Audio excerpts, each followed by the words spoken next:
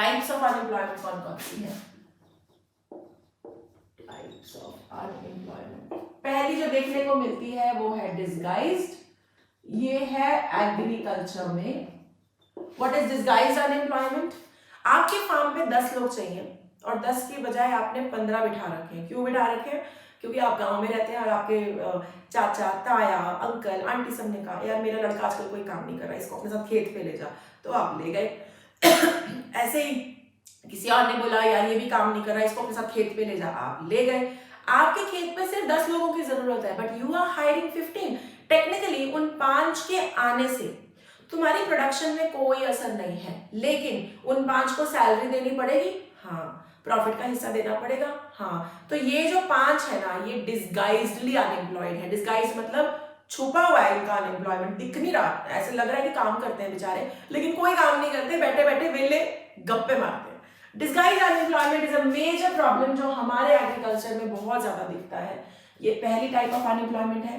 अगली अनएम्प्लॉयमेंट जो हमारे देश में बहुत दिखती है वो है स्ट्रक्चरल अनएम्प्लॉयमेंट और frictional unemployment.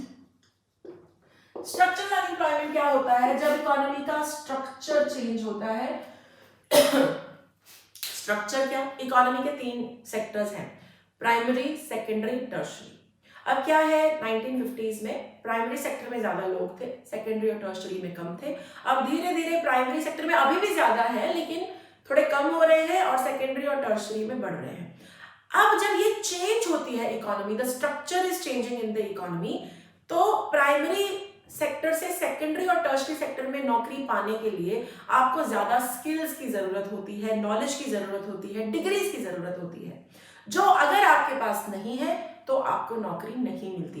And unemployment that gets created due to this structural change और technology change in the economy is called structural unemployment. 1990s में जब कंप्यूटर्स आए थे तो कई लोगों में, इस वजह से टेक्नोलॉजी चेंज, तो कई लोगों को बोला गया कंप्यूटर चलाना सीखो यार, जिन्होंने नहीं सीखा उनकी नौकरी गई, वो स्ट्रक्चरल अनएम्प्लॉयमेंट।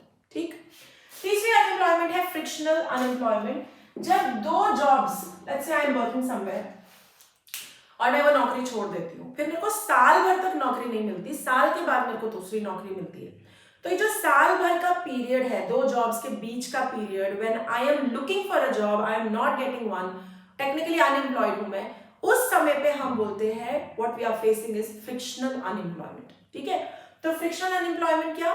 जहां 2 नौकरियों के बीच का टाइम है उसे हम फ्रिक्शनल अनएम्प्लॉयमेंट बोलते हैं। अगली टाइप की अनएम्प्लॉयमेंट जो हमारे देश में बहुत दिखती है वो है under employment. Under employment 2 type की होती है, विजिबल और इनविजिबल। विजिबल है 4 घंटा काम कर रहे हैं जबकि करना 8 घंटा चाहते हैं, और इनविजिबल है पियोन है, एमए है, एमए की डिग्री है लेकिन है पियोन।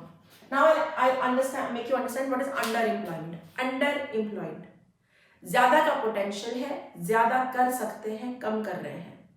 अंडर एम्प्लॉयमेंट 2 टाइप की है, विजिबल, आप 8 घंटे की नौकरी चाहते हैं, आप चाहते हैं कि आपको रेगुलर 9 to 6 की नौकरी मिले, आपको उसके हिसाब से पैसा मिला, आपने बहुत हाथ पैर मारे लेकिन आपको 9 to 6 की जॉब नहीं मिली, फिर घूम फिर के आपको कहीं 2 घंटे की, 3 घंटे की जॉब मिली। करना, see you have to remember it is about willingness. करना आप 9 to 6 की जॉब चाह रहे हैं लेकिन आपको मिली सिर्फ 2 घंटे की job. This is the situation where you are visibly under employed.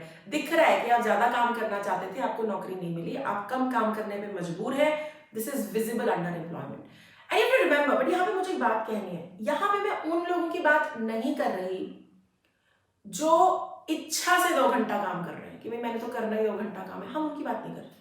हम उनकी बात कर रहे हैं जो करना पूरा full time job, they want to work but they are not getting job. Okay, invisible, peon लगा हुआ है कोई बंदा, झटका लगा, मुझे पूछा भाई आपकी डिग्री क्या है, एमए। हाँ, एमए वाला बंदा पियोन क्यों लगा हुआ है?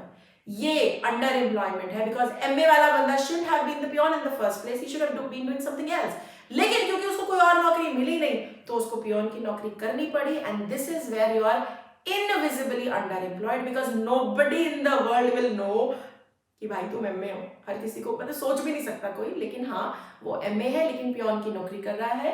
This is under employment. Clear है? इसके अलावा जो इंडिया में देखी जाती है एक और इज सीजनल अनएम्प्लॉयमेंट आप जानते हैं, सीजनल अनएम्प्लॉयमेंट क्या है, सीजन के ऑफ समय में आपके पास काम नहीं होता, एग्रीकल्चर में बहुत देखने को मिलती है। और एक ओपन अनएम्प्लॉयमेंट जिसमें एजुकेटेड अनएम्प्लॉयड है।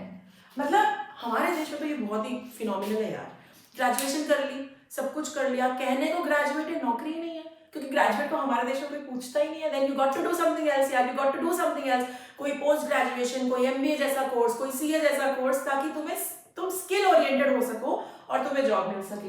तो ओपन अनएम्प्लॉयमेंट भी बहुत ज्यादा हमारे देश में देखी जाती है। यहां तक बात क्लियर है?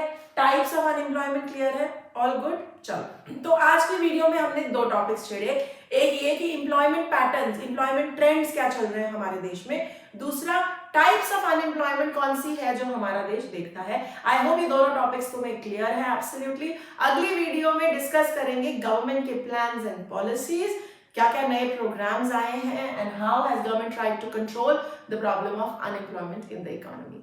If you're liking my content, if you like the way I teach, please don't forget to like, share, subscribe and spread this news to your friends. See you soon. Take care. Bye-bye.